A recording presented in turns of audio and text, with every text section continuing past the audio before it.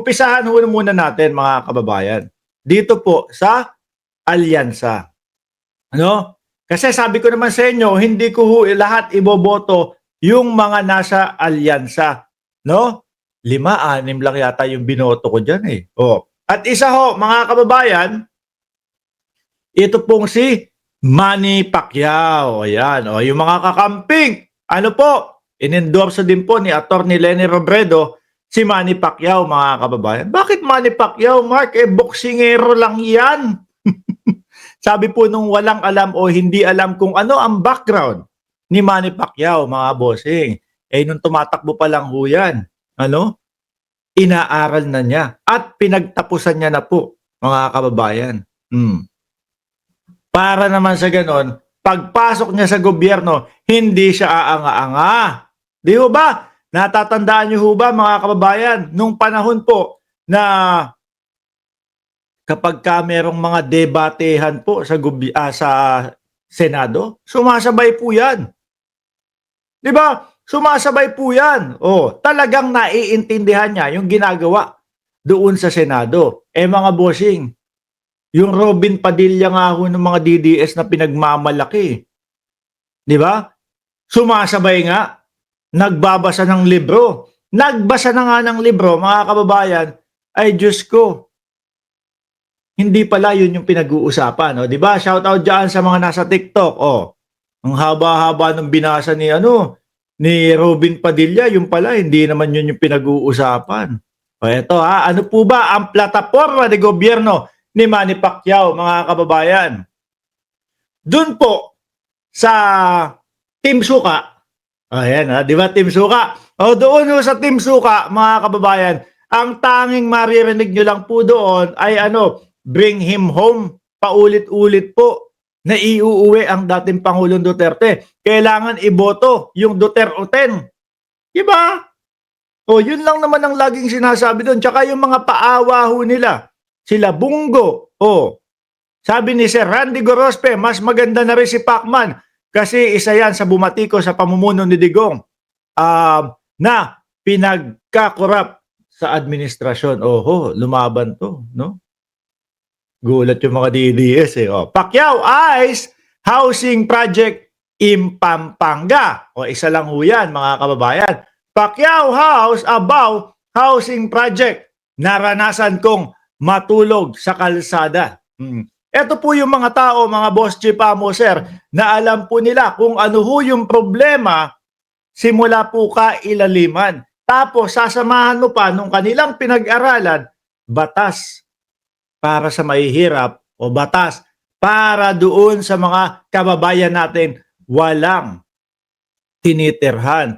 Kung ikukumpara naman ho natin, mga boss, chief, sir, si Manny Pacquiao doon sa isang Willie Revillame, ay Diyos ko Lord. Bukod sa rektahan ng sinasabi ho sa atin, mga bossing, wala akong plataforma de gobyerno. No? Ano pa? Mukhang hindi pa alam ng isang Willie Revillame kung ano talaga ang trabaho sa Senado. Di ba? Meron mga sumusuporta kay Willie Revillame. Hindi rin ho naiintindihan kung ano yung trabaho ng isang senador ho, mga kababayan. Sasabihin ng mga yan, kasi po, alam namin matutulungan kami ni Willie Revillame. Alam po namin, mababahaginan po kami ni Willie Revillame. Hindi ho ganun yun, mga bossing. No? Sa Senado, pag nasa Senado ka, gagawa kayo ng batas. No? Batas na makatutulong sa pag-unlad ng Pilipinas. Hindi ho dito yung hinahanap nyo, mabibigyan tayo ng 5,000! Mabibigyan tayo ng box-box na mga grocery ng mga yan. Hindi ho, mga bossing. No? Hindi po ganun sa Senado. Diyan nga sa mga sa mga Team Suka yung Duterte. Wala naman din mga plataforma de gobyerno yan. Paulit-ulit lang po ng paninira kay Pangulong Bongbong Marcos. Akalain mo bang si Pangulo yung kalaban nila doon sa Senado? Ba?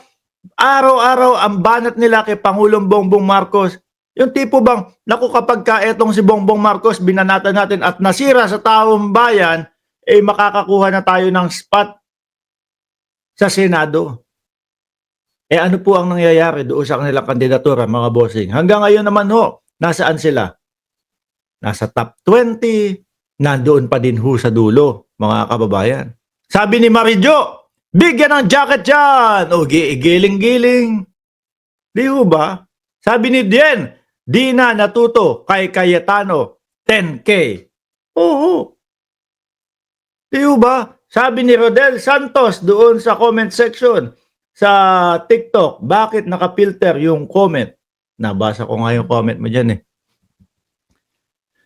Ellen Rivera, walang plataforma, Duterte, ang alam lang siraan ang gobyerno. Oo, paulit-ulit. Tsaka yung style ni Bongo, yung style ni, ni, pangalan na to, Philip Salvador, inaresto po, wala daw tsinelas. Samantalang kitang-kita naman ho, mga kababayan, ang dating Pangulong Duterte, habang iniyahatid po sa ICC, ay nakasotapas ho, nakasapatos, mga kababayan. Halata na panay pamumulitika lang po ang ginagawa nila dyan. At tigilan nyo na.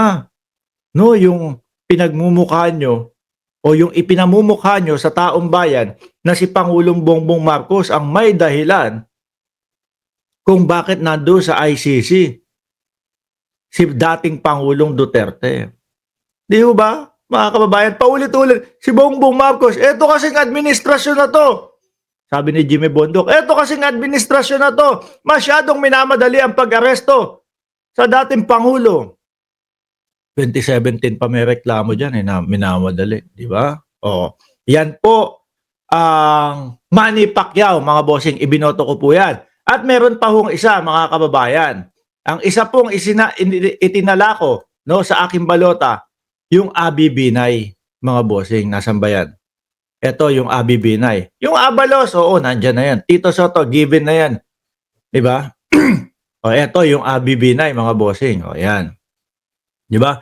May mga plataforma de gobyerno ho. Makati Mayor Abi Binay advocates for enhanced preventive healthcare program. O, yan. Kalimitan pong problema ng mamamayang Pilipino. Yung gusto nating magpagamot, yung gusto nating pumunta sa ospital, sa doktor at kung saan-saan pa. Pero kabado tayo. Di ho ba? Kabado tayo. Bakit? Naku, baka malaki ang bayaran. Naku po, baka hindi natin kaya yung mag-imbil. So, imbis na ho, nagagamot agaran,